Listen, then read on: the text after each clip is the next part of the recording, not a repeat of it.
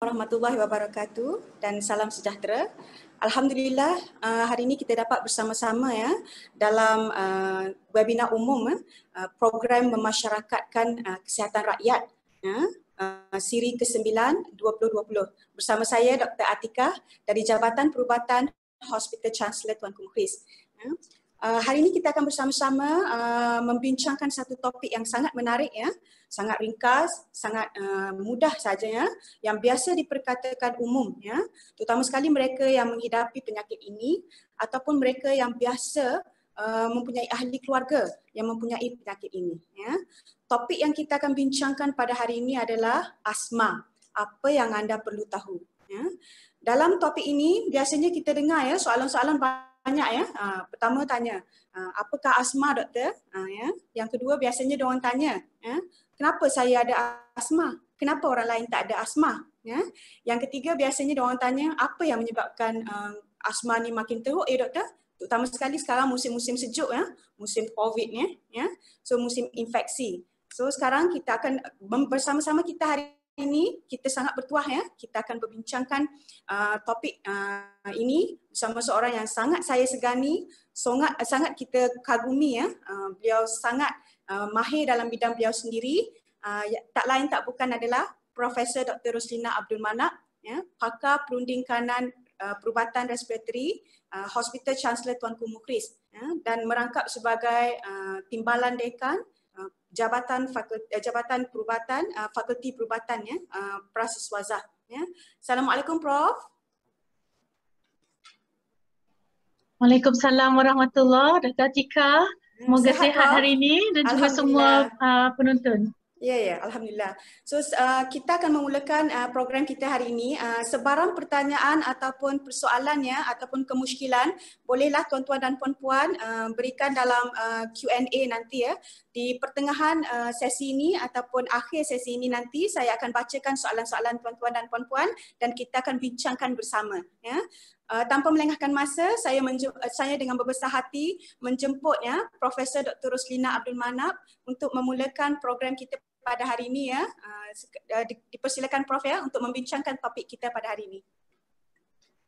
Terima kasih Dr. Atikah sebagai pengerusi majlis kita pada pagi ini. Izinkan saya untuk share slide saya. Dan sekarang ni Atikah boleh dengar ya? Boleh Prof. Suara saya boleh ya? Sangat jelas Prof. Terima kasih.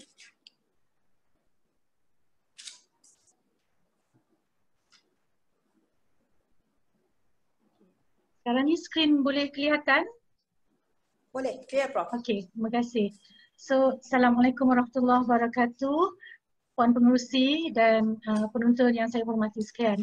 Saya amat berbesar hati dapat hadir pada pagi ini untuk berkongsi sedikit sebanyak ilmu mengenai penyakit asma yang seperti mana kita ketahui lazim dihadapi ataupun dihidapi oleh masyarakat, di kalangan masyarakat kita. Dan saya alu-alukanlah soalannya daripada para pendengar. Kita mulakan dengan membicarakan apakah itu asma. Seterusnya saya akan menceritakan sedikit sebanyak mengenai gejala asma dan juga bagaimana untuk menghindar asma dan bagaimana rawatannya. So, sebagaimana mungkin ramai pendengar maklum bahawa asma adalah penyakit paru-paru dan dia disebabkan oleh keradangan kronik saluran pernafasan. Jadi maksudnya keradangan ni adalah satu keadaan di mana lapisan saluran pernafasan dalam paru-paru kita itu adalah radang, merah dan berlendir, dan kronik tu maknanya penyakit ni adalah berpanjangan. Ya, dia kadang-kala dia teruk, kadang-kala dia baik, tapi pada pokoknya ia tak dapat hilang sepenuhnya, melainkan segelintir yang kecil saja. Jadi bagi pengidap asma, saluran udara mereka adalah terlalu sensitif kepada setengah bahan yang dihidu. Jadi kalau orang yang tak ada asma ni, umpamanya kalau cuaca sejuk, dia okey saja, tak ada apa. Tapi bagi pesakit asma, mungkin perubahan cuaca itu adalah sesuatu yang merangsang asma dia. Dan keadaan ini kita sebut, doktor akan panggil sebagai keadaan hyperresponsive atau hiperresponsif. Dan keradangan ini menyebabkan lapisan mukosa. Mukosa itu adalah lapisan di dalam saluran paru-paru, keradangan, dan menyebabkan ia membengkak dan dia mudah untuk mengecut. Di situ di dalam lapisan saluran pernafasan terdapat otot, ya, dan saya akan tunjuk gambar rajah. Dan apabila otot ini mengecut, ini yang disebut sebagai bronkospasma atau bahasa Inggerisnya bronchospasm. Bila bronchospasm berlaku, saluran itu menyempit dan mengecil. Jadi seseorang pesakit akan merasa pernafasan dia sempit dan sekaligus susah bernafas. Baik, ini adalah gambar rajah paru-paru. Ini adalah paru-paru kanan, ini paru-paru kiri. Dan jika kita melihat ini adalah saluran pernafasan, jadi bila kita tarik nafas, udara akan melalui saluran yang besar ini dinamakan trakea, dan trakea ini akan bercabang kepada saluran-saluran yang lebih kecil dan makin lama makin kecil. Jadi jika kita ambil keratan ringkas saluran pernafasan ini, kita akan lihat dia bercabang macam pokok. Dan jika kita kerat saluran ini, kita akan lihat yang merah ni adalah lapisan. Dalam lapisan ni adalah otot dan juga mukosa. Dalam mukosa ni terdapat kita sebut seperti kilang-kilang lendir ataupun mucus yang mengeluarkan kahak. Jadi kita lihat ini adalah saluran di mana udara akan lalui, dan jika kita bandingkan dengan seorang yang mengidap asma, kita melihat amat berbeza. Terutama sekali kita lihat pada lubang saluran pernafasan ni ia agak kecil, dan mukosa ni adalah tebal, menjadi tebal dan membengkak, dan dia lebih radang atau lebih merah di sini berbanding dengan saluran pernafasan yang normal. Jadi ini yang menyebabkan gejala-gejala asma itu yang dihidapi oleh pesakit. Ini adalah gambar rajah yang lebih jelas, dan kita lihat di sini bahawa dinding itu menjadi tebal, terdapat lendir-lendir dan lendir di tengah-tengah saluran, dan laluan bagi udara itu mengecil. Jadi apakah tanda-tanda asma yang seorang pesakit mungkin menghidap? Antaranya ialah bunyi bersiul atau wheezing semasa bernafas. Pesakit juga boleh merasa nafas dia sesak, dada tu merasa ketat, batuk dan susah bercakap.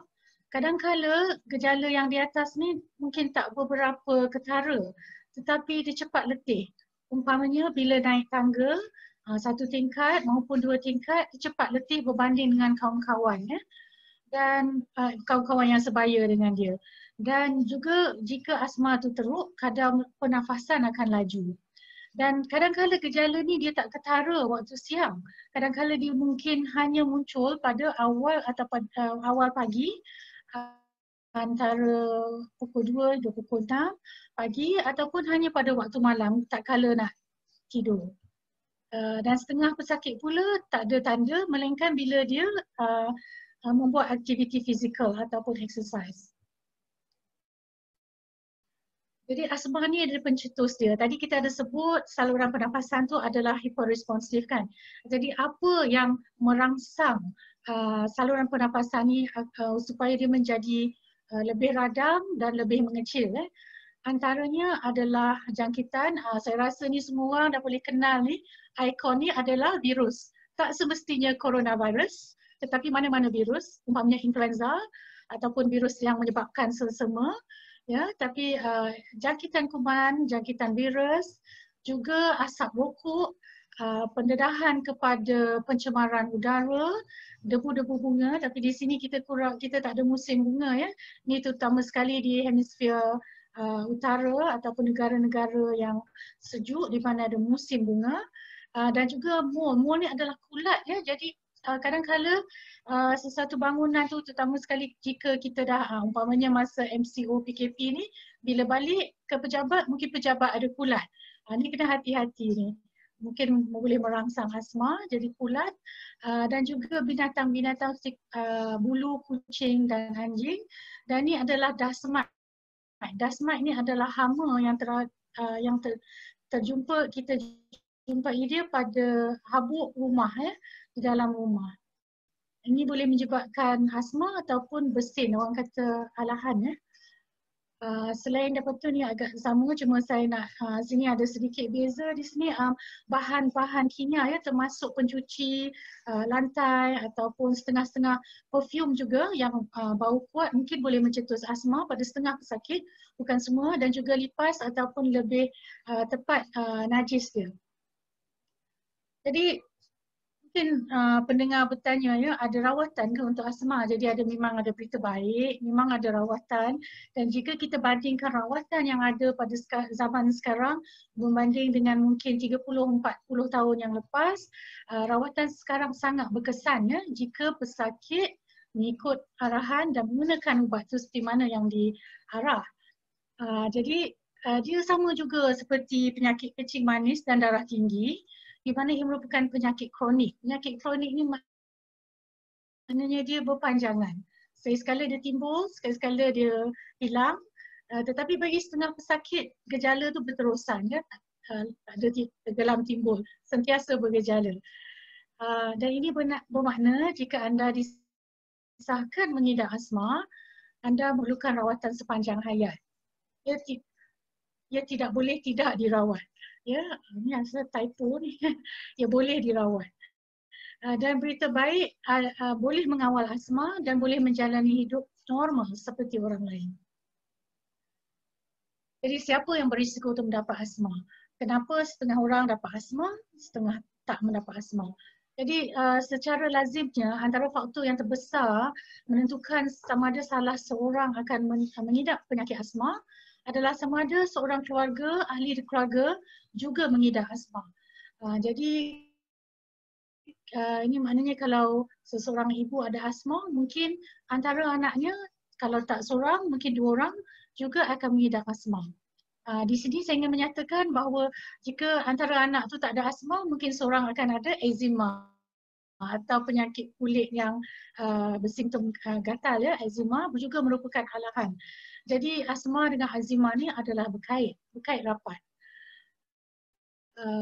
Anda juga berisiko jika mempunyai jangkitan kuman, jangkit pada dada yang teruk semasa kecil, atau ini dia ahli keluarga yang mempunyai reaksi alahan. Ya, di sini alahan atopi merupakan resdung ataupun eczema ataupun asma. Semua ini merupakan tidak balas hiperresponsif kepada alahan. Ataupun kalau tidak ada keturunan, mungkin anda terdedah kepada perangsang secara berterusan. Apa yang menjadi pencetus dia adalah perkara dalam persekitaran yang anda cenderung untuk membuat asma menjadi lebih teruk, dan faktor ini mungkin berbeza untuk setiap individu. Jadi antaranya ialah jangkitan pernafasan dan selsema, pendedahan kepada asap rokok, ni alergi, terbunga tadi seperti mana yang kita dah sebut tadi, pencemaran udara, dan perubahan iklim, ya, perubahan suhu. Ramai pesakit saya mengadu bila dah nak subuh, bila cuaca menjadi agak sejuk, walaupun beza dia antara satu darjah saja suhu tu, tetapi bila berubah cuaca tu ataupun cuaca panas waktu siang, waktu tengah hari, waktu petang, hujan, masa inilah mereka akan merasa sesak nafas ataupun ketak dada, ya, dan perlu mengambil ubat asma. Satu lagi pencetus yang agak lazim ialah tekanan stres. Ya, dan bagi setengah-setengah terutamanya pesakit kanak-kanak, senaman ataupun kegiatan fizikal merupakan salah satu pencetus asma. Jadi setengah-setengah pesakit juga mereka ni alahan kepada setengah-setengah ubat seperti aspirin dan ubat anti radang bukan steroid atau non-steroidal anti-inflammatory seperti asid mefenamic atau lebih dikenali dengan Ponstan ataupun ibuprofen antara contohnya. Jadi bagaimana kita nak menghindari pencetus serangan asma? Jadi bagi seseorang pesakit yang juga merupakan perokok, anda dinasihati berhenti merokok. Bagi seorang pesakit yang ahli keluarga dia merokok, susahlah kita nak suruh berhenti merokok. Tapi kalau boleh, minta dia berhenti merokok. Kalau langsung tak dapat berhenti, tak berjaya untuk berhenti merokok, mohon ahli keluarga itu untuk merokok di luar rumah dan bukan di dalam rumah. Ya, kenapa? Sebab asap rokok tu dia akan lekat kepada langsir, pada sofa, pada pakaian. Jadi sentiasa akan ada perangsang di dalam persekitaran dan ini merupakan pencemaran dalaman. Ya, pencemaran udara dalam rumah. Okay. Seterusnya, elakkan menggunakan bahan kimia yang membuat berbau kuat. Ini termasuk perfume ya bagi wanita maupun lelaki. Dan elakkan berada di tempat yang berlakunya pembakaran terbuka. Ini kadang jiran ataupun di kawasan taman ya. Jika anda memelihara haiwan, ini kadang menjadi isu jugalah bagi doktor nak menasihatkan untuk jangan memelihara tu agak susah diterima oleh pesakit, terutama sekali kalau kanak-kanak dia ada binatang kesayangan dia ya. Jadi kita syorkan agar lepas jika tak boleh dipisahkan dengan binatang kesayangan, lepas memegang tu pastikan basuhkan tangan, jangan sentuh mata, jangan sentuh hidung ya. Elakkan daripada tu dan juga cuba pelihara binatang tu di luar rumah. Ya, terutama sekali jangan biarkan binatang kesayangan tu tidur di dalam bilik tidur. Jadi bulu dia akan gugur dan ini akan jadi pencetus ya dan perangsang. Hama ni adalah seperti dust mite ya kalau bahasa Inggeris tu. Boleh disyorkan menggunakan penutup kalis habuk dan selalu membersihkan rumah atau vacuum secara berkala. Ya, kalau pesakit asma nak buat kerja-kerja rumah di mana akan terdedah kepada habuk rumah, mungkin boleh saya syorkan gunakan mask ataupun pelitup muka. Sekarang ni pelitup muka dah tak jadi asing kepada rakyat Malaysia lagi ya. Semua dah kenal pelitup muka. So boleh disyorkan untuk menggunakan ni jika akan terdedah kepada habuk-habuk rumah. Lipas gunakan racun serangga, tetapi di sini racun serangga juga pun kena hati-hati sebab mungkin mencetuskan gejala juga. Jika boleh gunakan pelitup dan simpan makan dan sampah di dalam bekas yang tertutup. Ya, bagi debu-debu bunga, elakkan debu bunga dan elakkan keluar pada musim bunga. Ni kalau ada yang minat untuk berkebun ni pun mungkin boleh difikirkan sama ada jika terdapat sesuatu bunga atau tanaman yang setengah-setengah rumput ni yang rumput yang apa nama dia, rumput Jepun ni orang kata setengah tu memang ada dia punya ada bunga mungkin mencetuskan asma. So mungkin boleh difikirkan sama ada keperluan untuk menggunakan mask atau pelitup muka. Jadi kalau ada sensitif pada ubat apapun, jika seorang pesakit asma mengidapi alahan kepada ubat, bukan saja asma boleh menjadi ketara, tetapi kadang-kala dia akan ada reaksi alergi di mana mungkin bibir boleh bengkak, mata boleh bengkak dan mungkin menghadapi kesusahan pernafasan. Ya, jadi jika ada seorang pesakit asma yang ada alahan pada ubat, ini harus dikenal pasti dengan nama dia yang tepat. Ya, supaya bila jumpa doktor boleh sebut apa nama ubat tu, setakat mana yang boleh kenal pasti nama ubat dengan lebih tepat. Jadi boleh dielakkan pada masa depan ya. Okay. Jadi bagi mereka yang pencetusnya adalah kegiatan fizikal, maka ini dapatkan nasihat doktor. Tapi sebenarnya kegiatan fizikal dan exercise adalah digalakkan bagi pesakit asma dan ini boleh dibuat sekiranya asma anda itu terkawal. Ya, bukan kita nak larang. Sebenarnya senaman itu pun bagus untuk mengurangkan stres dan pastikan dapat rehat dan tidur dengan secukup-cukupnya. Baik, sekarang ni kita akan masuk kepada bahagian ubat-ubatan.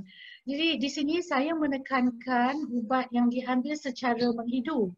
Sebenarnya ubat asma ni banyak, ya, termasuk tablet-tablet ataupun pil dan kapsul. Tetapi bagi zaman sekarang, doktor akan menekankan bagi keutamaan pada ubat-ubat yang dihidu. Kerana ubat yang dihidu ni ataupun disedut, kesan sampingan dia adalah kurang jika dibanding dengan ubat pil yang merupakan cara rawatan yang lebih lama bila kita makan ubat tablet, maka ubat ni akan serap ke dalam darah dan mungkin menyebabkan kesan-kesan sampingan yang tidak diingini. Jadi sebenarnya yang saya ingin sampaikan pada pendengar, yang penting ialah ubat pengawal dan ubat pelega. Okay, so antara dua ni sebenarnya doktor akan menekankan ubat pengawal. Ya, kedua-dua ni diperlukan, tetapi kenapa ubat pengawal yang diambil secara sedutan adalah lebih penting? Sebab ianya adalah untuk kawalan asma yang berpanjangan. Jadi maksudnya kita ambil ubat tu hari ini untuk hari esok, kita ambil hari esok untuk minggu depan, kita ambil minggu depan untuk bulan depan, kita ambil tahun ni untuk tahun-tahun akan datang. Gitu konsep dia. Maknanya dia ni adalah ubat mencegah yang akan mengawal asma dari sehari ke seminggu, sebulan dan seterusnya untuk masa depan, ya. Dan dia juga akan mengurangkan serangan asma. Ini bukan saya cakap saja, tapi memang ada kajian yang menunjukkan serangan asma yang mana pesakit perlu ke hospital atau perlu pergi ke Jabatan Kecemasan akan berkurangan bila menggunakan ubat pencegah. Tetapi sini saya ingin sebut ubat ni perlu diambil setiap hari, sama ada gejala ataupun tidak. Jadi ramai pesakit tanya, doktor saya ambil ubat ni tak ada kesan lah, sama aja. Sebab memang dia tak akan melegakan. Kalau seseorang masa tu sesak nafas dan dia mengambil ubat pencegah, mungkin tak akan melegakan gejala pada masa tu. Tetapi harus faham ubat ni adalah untuk mengawal masa depan dan kita ada ubat lain untuk melegakan. Ya? Okey, apakah jenis ubat yang dikatakan ubat pengawal ni? Ubat yang biasa digunakan adalah daripada jenis kortikosteroid atau singkatan ringkas inhale kortikosteroid, dan ini adalah antara anti radang yang berkesan. Walaupun ubat ni adalah sejenis steroid, jadi mungkin ada juga pendengar yang pernah dengar perkataan steroid ni menyebabkan macam-macam, ya. Penambahan berat badan, kencing manis, darah tinggi dan berbagai-bagai kesan sampingan.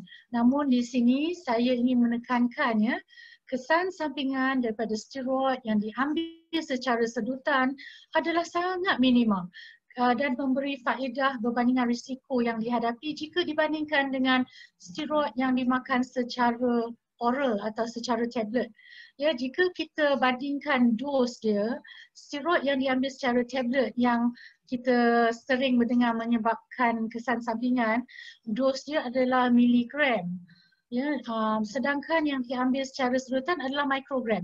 Jadi maknanya beza adalah 1000 kali lebih kecil dos dia berbanding dengan diambil secara oral ataupun dimakan, ya, ditelan. Jadi antara yang lain ialah anti-leukotriene. Ini bukan steroid tetapi juga anti peradang. Baik, antara contoh kortikosteroid ialah beclomethasone atau kadangkala antara jenamanya yang terkenal ialah Becotide, budesonide. Mungkin antara pendengar boleh kenali dia dengan Pamicod dan fluticasone. Ya, ini adalah antara steroid yang bertindak secara berterusan dan lama, lebih daripada 24 jam.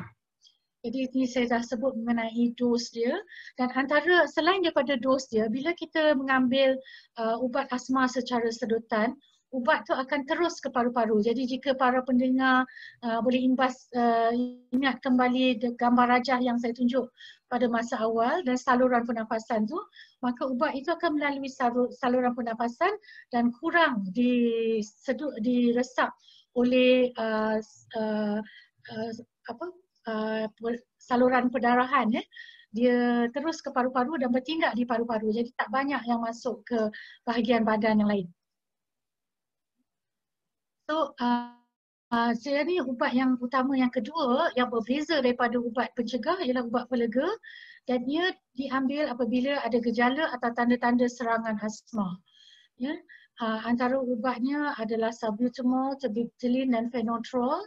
Dan ini biasanya inhaler ataupun alat sedut tu adalah berwarna biru selalunya.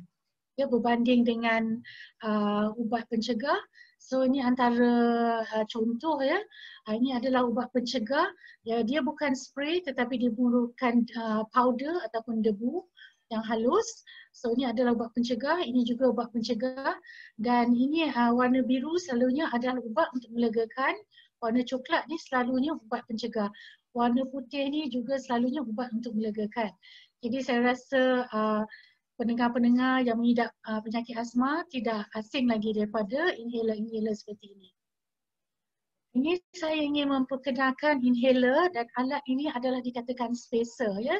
Dan spacer ni selalunya boleh digunakan dengan inhaler sama ada ubat pencegah ataupun ubat pelega, dan ia adalah sangat disyorkan untuk kanak-kanak dan juga orang dewasa yang mempunyai masalah untuk mengkoordinasi. Jadi antara faktor yang menentukan sama ada ubat itu masuk ke dalam paru-paru adalah apabila pesakit menggunakan dan pump, ya, apabila dia menekan inhaler tu harus menyedut dengan masa yang optimum, yang ini serentak ataupun sedikit sebelum dia menekan inhaler tu. Jadi jika seorang pesakit tu dia mula sedutan dia lambat, maka kurang berkesan, ataupun antara masalah lain ialah mulut pesakit tu tidak rapat dengan inhaler. Jadi semua ni boleh diatasi dengan penggunaan spacer ataupun corong, ya, terutama sekali kanak-kanak. So ini yang saya sebutkan tadi, mungkin mulut tak rapat ataupun mungkin dia mula sedutan rapat, ataupun antara juga pesakit kita, mungkin pesakit warga emas kita, tangan dia ada sakit sendi ataupun dia tak dapat memegang inhaler tu ataupun menekan inhaler tu dengan cukup kuat. Jadi ini akan efeklah pada semburan itu, ya, yang dia sedut. Okay, ini adalah perkara lain yang ingin saya sampaikan. Setiap pesakit asma dia harus ada sesuatu plan tindakan. Maknanya, okey, saya dah menggunakan ubat hari-harian, tetapi sekiranya asma saya tak terkawal dan saya menghadap gejala asma yang lebih daripada biasa ataupun sebelum ni tak ada gejala, sekarang bergejala, apa yang harus saya buat? Jadi saya nampak di Malaysia ni ramai pesakit dia punya plan tindakan adalah pergi ke kecemasan atau pergi ambil nebulizer pada klinik yang terdekat. Okay, so that's an action but it's not really a plan. Sebenarnya ada beberapa langkah yang perlu kita ambil, ya. Dan first of all yang saya ingin nak tekankan ialah mengambil ubat kawalan tu, yang pencegah tu harus ambil dengan cara tetap. Ya, jadi jika ambil dengan cara tetap, mungkin asma tu tidak akan menyerang, ataupun jika ada gejala, gejala tu tak berapa teruk.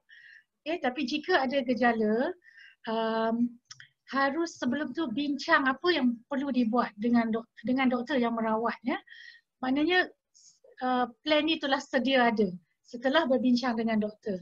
Jadi yang pertama sekali, seorang pesakit tu dia harus mengenali apakah gejala asma, dan dia harus kenali apabila kawalan asma tu telah lain. Maksudnya hari ni dia rasa lain macam. Mungkin dia cepat penat ataupun dada dia ketak atau dia batuk satu malam tak dapat nak tidur, ya. So harus kenal apakah gejala yang menyebabkan menjadi tanda asma yang tidak terkawal, dan bincang dengan doktor apakah tindakan yang perlu diambil. Jadi selalunya doktor akan menasihatkan guna inhaler warna biru ataupun pelega tu lebih, ya, 2 puff ataupun 2 sedutan, lepas tu tunggu antara 5-10 minit, lepas tu diulangi. Jadi seandainya dalam masa 24 jam terlalu banyak bergantung kepada inhaler biru, maka masa itulah mungkin perlu jumpa dengan doktor, ya. Tapi ini harus dibincang langkah-langkah dia, ya. Jadi kalau dah berulang dan masih jika tidak mendapat kelegaan, dan apakah nombor telefon ataupun manakah pusat rawatan yang harus harus pesakit pergi, ya. Tapi ini ada plan dia dan langkah-langkah dia, dan langkah tindakan ni boleh juga diambil dengan menggunakan spirometer. Saya lupa nak ambil gambar spirometer ataupun peak flow meter, satu alat yang boleh pesakit tiup untuk melihat apakah pencapaian dan kadar saluran yang dia boleh capai. Dan jika itu adalah rendah, mungkin perlu pergi ke kecemasan. Jadi saya mungkin akhiri di sini supaya beri peluang untuk soalan. Akhir kata saya ingin menyampaikan kepada semua pesakit asma ataupun mereka yang mungkin suspek dia ada asma, ya.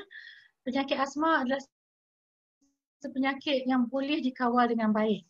Dan seorang pesakit asma boleh menjalani hidup yang aktif dan produktif.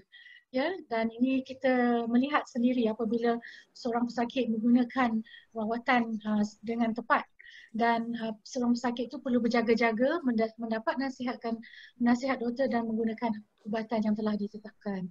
Jadi saya ucapkan terima kasih pada semua. Saya harap semua boleh aktif macam inilah sekeluarga, ya, anak beranak, dan saya ucapkan terima kasih dan mengalu-alukan soalan. Terima kasih Dr. Atika. Saya serahkan. Terima kasih Prof. Roslina di atas penjelasan yang sangat jelas. So sekarang kita dah dapat lihat apakah jenis asma, apakah gejala-gejala asma, pencetus asma. Kita pendengar-pendengar kita ni Prof, dari Keningau sampai ke Keningau. So terima kasih kerana mendengar, kerana bersama-sama kita. So saya ada beberapa, kita akan baca beberapa soalan. Kita ada 5 soalan sekarang ya Prof. Saya akan bacakan soalan pertama daripada Encik Wan Muhammad Nur Fakhruddin. Dia tanya, adakah ais ni satu faktor yang menyebabkan pencetusnya asma? Terutama sekali kanak-kanak yang suka makan aiskrim, suka makan ais, teh ais semua. Apa pandangan Prof ya? Terima kasih Cik Wan atas soalan ni. Ini adalah satu soalan yang lazim ya, yang diutarakan oleh ibu bapa, anak saya boleh makan aiskrim ke, macam mana dengan ais kan. Jadi jawapannya sebenarnya ia bergantung kepada pesakit. Ya, secara amnya ais ni dia jatuh pada kategori yang menjadi perangsang kerana ianya menyebabkan perbezaan suhu. Ya, seperti juga cuaca. Bila panas jadi sejuk, jadi bila ais tu sebab dia sejuk dan pada mukosa ataupun lapisan saluran paru-paru tu menyebabkan mencetuskan bronchospasm ataupun pengecutan otak. Tetapi tak semua pesakit dan tak semua kanak-kanak mengalami pencetus yang sama. Jadi ini harus kita melihat dan pada setiap individu. So setiap pesakit dia berbeza. Tapi secara amnya lah kita boleh menyatakan bahawa jika seorang kanak-kanak atau pesakit asma dirawat dengan baik, lama kelamaan dia boleh minum air sejuk maupun air batu. Dan jika kita lihat dekat di hospital pun, hospital kanak-kanak ya, anak-anak tu dijamu dengan aiskrim ya kadang-kala.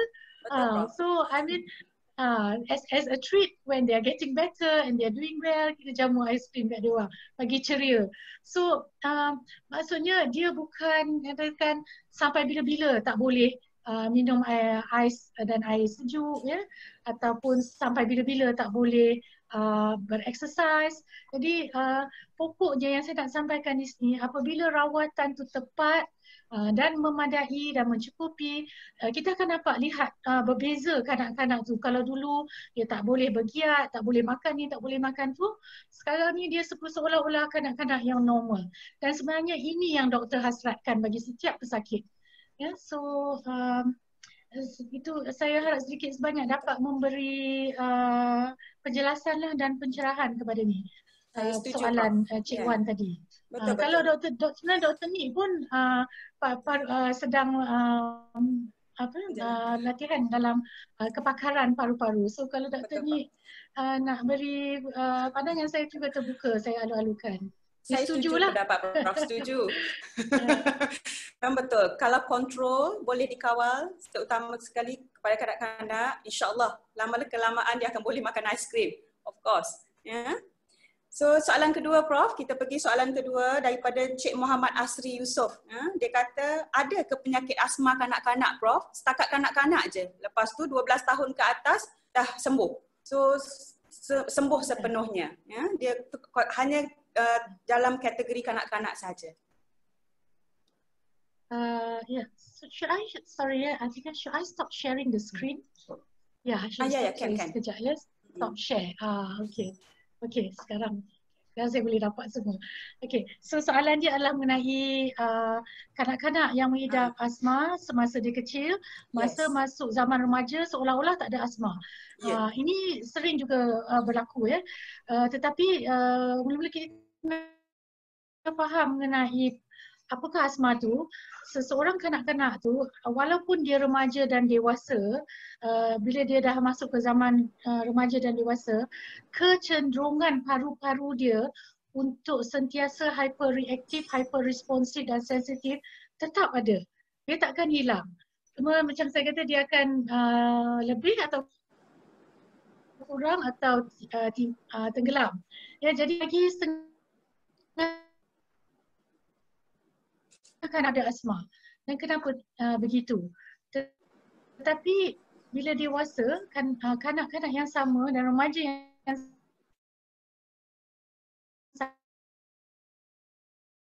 sama, teori bila seorang kanak-kanak menjadi remaja, dia akan alami growth spurt ataupun dia akan tumbuh pembesaran yang disebabkan oleh steroid. Steroid semula jadi dari dalam badan dan steroid ini mungkin memain peranan untuk menjadi anti radang kepada pada asma dan bertindak juga pada paru-paru, dan ini mungkin sebab mengapa asma dia kelihatan kurang. Dan juga paru-paru tu juga pada masa tu saluran pernafasan pun sebab kanak-kanak itu akan menjadi remaja dan membesar dengan kadar yang cepat. Jadi saluran pernafasan tu dengan semula jadi akan menjadi lebih besar. Jadi maknanya kalau dulu dia main dengan kucing, dia rasa sesak nafas, mungkin bila remaja, bila dihadapi dengan alahan, mungkin dia tak ada gejala sebab paru-paru dia pun telah membesar. So itu antara faktornya. Tetapi antara fenomena yang kami perhatikan ialah apabila seorang kanak-kanak hilang asma dia semasa remaja, mungkin bila dia dewasa, dan dewasa ni bukan saya masukkan 20-an, 30-an, mungkin bila umur dia 50-an atau 40-an, dia akan mula mengidap balik gejala itu. Lebih kurang, dan juga ada kajian menunjukkan bahawa kecenderungan untuk mendapat asma itu semula dalam lingkungan pertengahan umur, 40-an, 50-an tu mungkin berlaku. So then sometimes doctor think is adult onset asthma, but actually bila doktor mengambil riwayat dengan tepat, kita dapati sebenarnya dia ni ada asma masa dia kecil di zaman persekolahan umpamanya. Ya, Prof. Diharap semua penjelasan yang Prof bagi dapat menjawab soalan-soalan yang diberikan ya. So kita ke soalan yang seterusnya ya, Prof. Ada yang dia kata tangan saya selalu tremor apabila ambil inhaler. Dos yang tinggi ke saya ambil ni ataupun saya perlu kurangkan ke? Itu soalan dia, Prof. Okay, terima kasih, ini soalan yang bagus ni. Memang antara kesan sampingan inhaler yang warna biru ya, yang pelega ni boleh menyebabkan tremor ataupun tangan tergetar ya. So ataupun kadang-kala jantung tu berdebar. Tahap untuk perkara itu berlaku memang berbeza antara seorang pesakit ke pesakit lain. Setengah pesakit diambil sekali pun dia rasa berdebar, dan ini mungkin berlaku kalau diambil bagi kali pertama, atau kalau dah lama dia tak ambil ubat tu, bila dia ambil dia akan berdebar ataupun tangan dia tergetar. Namun begitu, setelah dia mengambil ubat ni sekian lama, mungkin beberapa hari atau seminggu, kesan sampingannya akan berkurangan. Jadi bagi pesakit yang sentiasa mengalami kesan sampingan seperti tergetar ataupun debaran jantung, kita sebagai doktor kita harus tanya, dan pesakit ni yang bertanya ni dia tak beritahu berapa sedutan dia ambil sehari. Ya. Jika secara amnya, jika asma tu terkawal, seorang pesakit asma dia akan berhari-hari ataupun berminggu-minggu ataupun berbulan-bulan dia tak guna pun inhaler warna biru tu. So di sini bagi yang bertanya ni, saya tak pasti beberapa kali, tapi kalau boleh as a baseline, kalau boleh sehari tu jangan melebihi 2 kali lah. Itu paling kita kata kalau boleh sehari 2 kali tu pun kalau boleh kosong-kosong, tetapi saya faham mungkin bukan semua pesakit sama. Dan mungkin saudara atau saudari mengalami kesan sampingan tu kerana terlebih penggunaan inhaler warna biru tu. Itu satu kemungkinan. Jadi saya syorkan saudari jumpa doktor, bincang dengan doktor. Ya, ini mungkin jika saudara atau saudari sekarang ni hanya menggunakan inhaler biru dan terlalu bergantung pada inhaler biru sehingga terketar-ketar, ini mungkin merupakan satu tanda ataupun indikasi untuk memerlukan inhaler yang kedua, iaitu inhaler pencegah. Ya, tak semua pesakit perlu inhaler pencegah, tetapi kalau dah selalu guna inhaler biru hari-hari, ni doktor kena fikirkanlah, kena pertimbangkan adakah perlu untuk mengguna inhaler pencegah. Betul Prof. Ya. So saya rasa ada soalan daripada ni, dia kata bila nak bagi Atrovan inhaler tu adalah sama dengan salbutamol, so dia adalah penggunaannya adalah pada acute saja, ya. Itu jawapan dia. So saya baca soalan satu lagi Prof daripada Encik Muhammad Fazrulnya. Dia tanya, penyakit asma ni boleh pulih sendiri kah tanpa bantuan ubat? Sebab dia kata terutama sekali penyakit asma yang ringan, bukan teruk, dia kata. Ya.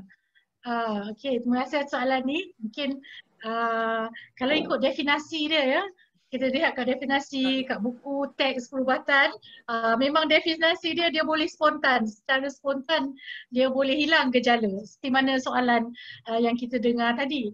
Maknanya gejala tu boleh ada, kadang-kadang tak ada. Cuma tempoh dia tak ada tu kadang mungkin beberapa hari, mungkin beberapa minggu, mungkin bulan. Ada juga pesakit sebenarnya yang kita dengar tadi, dia hilang masa remaja, mana bertahun-tahun tak ada gejala. Tetapi dia punya penyebab tu, dia punya sensitivity tu dalam saluran paru-paru tu akan tetap ada. Walaupun dia kanak-kanak, walaupun dia remaja, walaupun dia dewasa. Maknanya kalau dilihat semua ada boleh hilang, ya, dia boleh hilang dari segi gejala dia. Tetapi risiko tu disebabkan hypersensitivity tu akan sentiasa ada. Maknanya umpamanya lah ya, jika seorang kanak-kanak mengidap asma dan saya teropong dia, saya masuk satu biopsi ataupun satu sampel, saya cubit sikit dalam paru-paru dia. Dan kita lihat di bawah mikroskop ada tanda-tanda asma dari segi sel-sel yang menyebabkan radang. Dan jika masa remaja dia hilang gejala dia, tetapi saya masuk teropong lagi sekali, saya ambil sampel, perkara yang sama akan kita lihat cuma kurang. Dan jika pesakit yang sama masa dewasa, walaupun dia tak ada gejala, saya ambil lagi sampel dalam paru-paru dia, akan menunjukkan sel-sel petanda asma juga, cuma sama ada kurang atau lebih. Jadi maknanya dia punya underlying cause. Underlying kita kalau doktor kita sebut pathophysiology lah nama glamour dia kan. So sel-sel tu akan tetap berada dan kecenderungan untuk gejala asma tu kembali tu memang sentiasa ada. Tetapi tak semestinya dia perlukan rawatan. Jika tak ada gejala, ya, kita anggap asma tu in remission lah. Maknanya bagi doktor kita faham risiko tu sentiasa ada, tetapi risiko tu adalah amat berkurangan pada setengah-setengah masa. Dan kadang masa tu adalah berpanjangan, bertahun-tahun. Bagi setengah pesakit, langsung tak ada period remission ni ataupun period yang spontan ni, di mana ada setengah pesakit dia akan sentiasa bergejala. So dia amat berbeza daripada seorang pesakit ke pesakit lain. Tetapi pada mata kasar ya, pada mata kasar keluarga ataupun masyarakat, oh dah baik dah asma dia. Ya kita anggap baik, boleh hilang secara spontan, tetapi pada dasarnya kecenderungan tu takkan hilang. Okey ke jawapan tu? Betul Prof. Boleh faham? InsyaAllah semua faham. Okey. So ada lagi soalan Prof, dia kata bolehkah saya melibatkan diri dalam senaman, terutama sekali nak masuk dalam aktiviti sukan, ataupun kalau orang ini dah ada asma, senaman ringan ataupun breathing teknik ni adalah salah satu cara untuk kita kurangkan kadar serangan. ataupun ada yang cakap berenang. Berenang boleh mengurangkan radang asma. Betul ke Prof? Okey. Oh, ini 3 soalan dalam satu ni. Dalam satu saya combine So sekali. mula Prof. dia tanya tentang exercise. Then Exercise. sekali yang kedua dia tanya pasal, the first was exercise and then the Yeah. last one was swimming. And then the middle one was there were 3. There was another one. Satu lagi senaman boleh menyebabkan asma ke, ataupun orang yang ada asma bila dia buat senaman ringan dia mengurangkan radang asma, ataupun dengan berjoging, dengan berenang kurangkan asma. Okay, InsyaAllah saya cuba jawab. Okay, first of all, memang ada atlet Olimpik yang pesakit asma. More than one. And ada juga yang Olympic skier ya. There's yang ski, kita kat Malaysia tak ada ski lah kan. Yang dia ski kat gunung-gunung, Swiss Alps, sebab tu dia pun merupakan pengidap asma. And just out of interest, there is this entity that's called ski induced asthma. So only for very elite skiers. But anyway, just nak tahu antara olahragawati Olimpik pun ada yang mengidap asma. Okey, baik. So soalannya, apakah peranan kegiatan fizikal seperti exercise dalam kehidupan pesakit asma? So kita memang galakkan exercise tu. Dan bila seorang pesakit asma ingin exercise, mungkin pertama sekali kena melihat sama asma itu adalah terkawal. Jadi jika asma itu terkawal, kalau dia nak buat exercise yang lebih berat, itu mungkin boleh, ya, sebab dia dah memang terkawal. Tapi setiap pesakit kena lihat kepada apa yang dia boleh buat dan apa yang mendatangkan gejala. Jadi kebanyakan pesakit asma, jika asma terkawal, exercise ringan seperti jogging, berjalan, mendaki bukit ni tak merupakan masalah lah. Dia boleh buat dan dia boleh buat lebih daripada tu jika asma dia terkawal. Kenapa swimming ni selalu disebut sebagai satu kegiatan atau exercise fizikal yang digalakkan untuk pesakit asma, oleh kerana exercise swimming tu atau berenang tu banyak menggunakan otot-otot dada. Ya, dan bila seorang melakukan berenang tu, dia harus menggunakan banyak otot-otot dada dan koordinasi pernafasan. Jadi ini dapat membantu bagi pesakit asma jika otot dada dia kuat, bila dia tarik nafas, dia tak ada rasa cepat penat dan cepat sesak nafas. Jadi dari segi itu, tapi saya nak sebut jugalah bagi pesakit yang ingin swimming, hati-hati jangan allergic pada klorin lah pula. Kan? Sebab kebanyakan swimming pun menggunakan klorin. Jadi ada pesakit asma ingin berenang tetapi tak boleh sebab air itu ada klorin, dia tak tahan dengan klorin. Jadi itu kena berjaga juga. Tapi secara amnya, swimming ataupun berenang adalah antara kegiatan fizikal yang bagus untuk pesakit asma. Saya boleh setuju dengan itu lah. Tapi kalau tak dapat swimming tak apa. Banyak lagi yang lain. Kegiatan yang lain yang boleh dibuat. Betul. Okey, Atikah, saya dah ingat dah apa soalan dia. Breathing technique. Dia sebut breathing technique. Okey, mungkin jika kita melihat pada website semua, antara rawatan ataupun kegiatan bagi pesakit asma yang disebut ialah cara-cara untuk breathing seperti Buteyko. Buteyko was a famous Russian who propagated this breathing technique. So it works for some patient dan dia tak ada mendatangkan mudarat, dan jika seorang pesakit ingin mengamalkan ni, tiada masalah, tetapi harus juga jangan meninggalkan rawatan yang lain. Ya, dia kita anggap sebagai supplementary ataupun membantu, tetapi bukan rawatan utama. Ya, itulah. Okay, so kita ke soalan yang seterusnya. Ada satu soalan daripada Cik Haslina ni, dia kata, Prof, bolehkah asma menyerang semula pada pesakit yang menghadapi asma ketika kecil? Tadi saya rasa Prof sudah jawab dalam soalan pertanyaan pertama. Ya, Prof? So, kita pergi ke soalan Cik Husna. Tapi mungkin saya boleh ya, Prof nak rungkaikan sikit. Boleh saya tambah sikit pasal asma yang datang kembali semasa umur pertengahan ataupun masa dewasa, biasanya yang kita lihat dia datang dalam lingkungan 40-an 50-an. Dan kadang-kala dia menyerupai asma masa dia kecil. Hanya kalau asma masa dia zaman kanak-kanak, dia berbuji, bersiul dan mungkin dia akan dapat wheezing. Tetapi kadang-kala bila datang balik, dia tak menyerupai gejala masa dia kecil. Kadang-kala bagi pesakit yang pertengahan umur, dia cuma rasa cepat penat aja. Dan sebenarnya dia tak tahu yang benda ni asma. Dan pesakit ni akan kata, oh sebab umur dia dah naik. Ataupun sebab lain lah, dia kerja kuat, dia letih dan sebagainya, tetapi sebenarnya ia adalah asma. Cuma gejala yang dia alami berbeza. Mungkin dia tak ada wheezing ni lebih ketara semasa kecil, masa zaman kanak-kanak.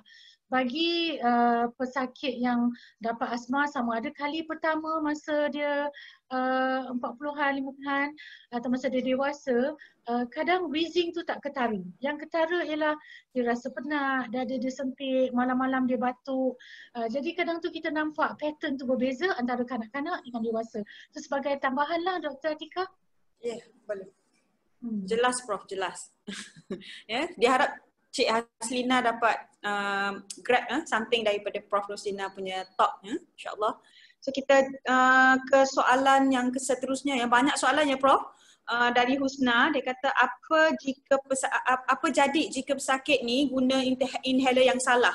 So dia beli dekat farmasi saja tanpa jumpa doktor dulu. Beli dulu dan guna. Okey, mula-mula mesti dia dah jumpa doktor, tak macam mana dia tahu nak beli inhaler mana satu kan? Mana dia dapat tahu pengalaman dia. Sama dia dah jumpa doktor, lepas tu dah malas nak pergi klinik, pergi farmasi beli sendiri kan? Okey, kenapa lah nak tunggu lama nak jumpa doktor kat klinik tu kan? Berjam-jam tunggu. Ubat sama aja. Okey, so kalau seorang pesakit telah sama ada dia beli sendiri ataupun di prescribe oleh doktor, hospital atau klinik, masih boleh berlaku salah ubat tu. Ini perkara lazim sebenarnya, dan bagi saya lah menjadi tanggungjawab doktor untuk tanya pesakit, lihat pesakit tu guna yang betul atau tidak, dan juga melihat teknik macam mana pesakit tu menggunakan inhaler ataupun pump tu. Kadang kita pun terkejut tengok pesakit salah guna, salah teknik mengguna ya. Tetapi okey, seandainya dia terbalik ya, umpamanya ubat pencegah diguna sebagai untuk melegakan dan ubat untuk melegakan diguna sebagai pencegah, makna asma dia tetap tidak terkawal. Ya. Jadi kalau dia mengalami gejala sesak nafas, diguna pencegah, dia tak akan legakan. Cuma kalau dia menggunakan ubat pencegah yang 2 dalam 1, ada juga yang ada steroid dan untuk kita kata beta agonist yang mengembangkan saluran pernafasan. Ada juga yang 2 dalam 1, mungkin dia akan rasa lega sedikit tapi lambat. Sebab ada setengah jenis ubat pelega, dia ubat pencegah, dia 2 dalam 1, antara 2 tu adalah juga termasuk ubat yang boleh melegakan, tapi dia tak melegakan pada jam tu. Mungkin setengah jam, mungkin sejam. Tapi pendek kata, jika ubat tu di switch dan terbalik, maka asma dia tetap tak optimum kawalannya sebab dah terbalik ubat tu kan. Betul. Dekat farmasi banyak choice ya Prof. Banyak choice dekat farmasi. So baik jumpa doktor dulu, barulah pergi kat farmasi beli. Ya. So ada juga yang tanya bercakap pasal teknik ya Prof. Dia kata ada tu cara yang betul untuk menggunakan, bagaimana cara yang betul untuk guna inhaler. Ada yang kata macam nak pergi jumpa gewer Prof. Macam sembur pewangi mulut. Macam tu saja. Okey, sembur dekat boleh. Tak tahulah. Macam-macam kadang ni. Ini actually bila pesakit menggunakan inhaler secara tidak betul, maknanya bagi saya lah kekurangan tu adalah pada doktor, bukan pada pesakit. Kita tak boleh expect pesakit tu dia mahir, dan kita seharusnya doktor yang menceritakan pada pesakit. Okey, kalau saya nak demo kat sini, mungkin panjang Prof. Saya pun tak ada alat pajar, tapi jika nak lihat sekarang ni pada YouTube kan, ada macam-macam video, tapi saya syukan pergi pada website yang sahih lah ya, Kementerian Kesihatan ataupun Mungkin Malaysian Thoracic Society pun ada video ataupun Mayo Clinic dan sebagainya untuk melihat cara-cara dia. Jadi sebenarnya setiap inhaler dia ada cara lain. Kalau inhaler yang semburan lain, inhaler yang menggunakan debu atau powder lain, dan inhaler setengah tu ada yang klik, ada yang tak ada klik. Jadi macam-macam. Jadi harus melihat cara yang tepat untuk inhaler yang Puan Haslina ya? Puan Haslina guna. So itu secara prinsip dia lah. Dan terutama sekali bila next jumpa doktor, cuba kata doktor tolong bagi 5 minit saya nak tunjuk cara saya guna inhaler depan doktor ataupun depan farmasis, tolong betulkan mana yang salah. Kalau tak ada salah, alhamdulillah lah, bagus. Betul. Okay, ada yang tanya Prof, asma ni boleh bertukar jadi COPD ke? Tiba-tiba jadi COPD kali ni. Oh, ini pesakit pandai ni COPD ni, apa binatang ni COPD. Ni pesakit rajin baca buku ni. Bagus. Okey, bagi makluman para pendengar, COPD itu merupakan satu jenis penyakit paru-paru yang kronik dan gejala dia serupa dengan asma. Okey, apa dia COPD? Chronic Obstructive Pulmonary Disease, panjang. Ada juga pesakit salah dengar dia kata penyakit ABCD. Bukan ABCD, COPD. Okay, Obstructive Pulmonary Disease. Okay, apa beza COPD dengan asma ni? Ada juga pesakit tanya saya penyakit ABCD. Okay, so COPD ni secara lazimnya ia adalah di kalangan perokok. Dan lagi banyak merokok, lagi bertambah risiko untuk COPD. Namun gejala dia adalah sama, batuk, sesak nafas, rasa sempit, ya. Dan maknanya sebab dia merokok lama, mana penyakit ni di kalangan warga yang lebih berumur, sama ada lingkungan pertengahan umur ataupun yang dah warga emas. Kita tak adalah nak katakan kanak-kanak mengidap COPD yang disebabkan merokok ni tak adalah dalam istilahnya. So soalan dia, bolehkah asma menjadi COPD? Okey, ini saya nak kata secara ringkas dia kalangan saintis belum memutuskan dengan tepat. Okey, tapi jika dikatakan dari segi gejala dia serupa dengan COPD. Tapi bagaimana kita nak membezakan? Jadi jika seorang pesakit asma merokok, mungkin juga dia mengidap COPD juga. So mungkin dia mengidap dua penyakit tetapi jadi seolah-olah satu penyakit. Jadi itu boleh dikatakan COPD juga. Ya, tapi tak semestinya asma menjadi COPD. Kemungkinan dia mengidap dua. Sama ada asma menjadi COPD yang sebenarnya masih lagi diperbahaskan sebenarnya, sebab proses-proses ataupun tadi saya ada sebut mengenai ambil sampel paru-paru kan. Bila kita ambil sampel paru-paru, pesakit asma yang kronik yang dah lama mengidap asma dan sentiasa bergejala, dan kita mengambil sampel paru-paru daripada perokok yang mengidap COPD, kita dapati sel-sel dia berbeza. Jadi kita masih kata yang asma adalah satu jenis penyakit dan COPD adalah penyakit lain dari segi dasarnya. Dari segi dasar ataupun pathophysiology ataupun proses penyakit di dalam paru-paru itu berbeza. Dan kadang-kadang pesakit boleh mengidap dua-dua sekali. Dan bila kita biopsi mungkin kita boleh melihat kedua-dua proses tu. Jadi secara pendeknya, jika asma menyerupai COPD itu ya boleh, tapi sama ada dia betul-betul menjadi COPD, dia transform menjadi penyakit COPD yang sebenarnya, buat masa ni berat mengatakan tiada bukti dia menjadi penyakit lain. Itu secara dasar dia lah. I hope answer is not too long and complicated. Tapi ini yang bertanya ni rajin membaca saya agak. Betul-betul. So ada lagi soalan Prof, dia kata biasanya dia dapat pertanyaan daripada pesakit, makan makanan panas seperti durian dia kata, jadi serangan asma. Sebenarnya ada ke perkara ni? Ada ke makanan yang melibatkan makanan mencetuskan asma? Soalan common biasa. Okay. I think Malaysia needs to do a study on durian and asthma. I don't think kalau cara bertanya secara saintifik ya, kita boleh kita nak menjawab menggunakan landasan sains. So dari segi kajian saintifiknya belum ada bukti yang kukuh yang mengatakan durian menyebabkan merangsang asma. Tetapi sebagai pengamal perubatan, kami selalu peka kepada apa yang pesakit mengadu. Jadi kalau pesakit tu mengatakan dia makan asma, dia makan durian, menyebabkan asma dia teruk pada waktu malam umpamanya, maka kita akan menasihatkan cuba berhenti dan lihat adakah keadaan tu berbeza. Ya, so tapi again saya ingin mengatakan lagi sekali, jika dia rajin berubat dan dia mengamal ubat, maka dia nak makan durian ke, air batu ke, insya-Allah boleh. Tetapi kena harus rajin menggunakan ubat, terutama sekali ubat pencegah. Ya. So whether it's interesting actually, durian ni dilazim dikaitkan menyebabkan angin ahmar, menyebabkan darah tinggi, menyebabkan macam-macam di dalam disebut oleh masyarakat. Tapi sebenarnya bukti kukuh dari segi sains belum ada lagi. Ini bukan saya nak menafikan benda tu mungkin ada kaitan. Tetapi bukti yang kukuh dari segi scientific evidence masih tiada lagi.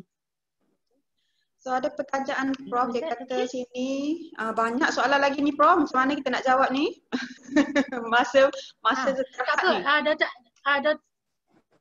Dr. Atika, saya difahamkan mana soalan yang tak terjawab hari ini, kami akan menjawab dan kita akan email kepada para pendengar, insya-Allah. Ya, betul insya-Allah. Dalam FB. Dalam FB live pun ada. Email nanti kita akan jawab dekat sana. FB. Betul. So ada satu lagi soalan je Prof, adakah asma ni dikaitkan dengan kegemukan, obesity? Orang yang obes ni ada asma ke ni? Ataupun dia ada kaitan antara tu? Okey. Bagus soalan ni. Saya pun tadi nak sebut juga pasal obesity ni. Okey. Ya, dia memang ada kaitan. Tapi kaitan tu bukan merupakan satu saja kaitan. Dia berkaitan dalam cara-cara yang berlainan. Lebih daripada satu kaitan. Okey.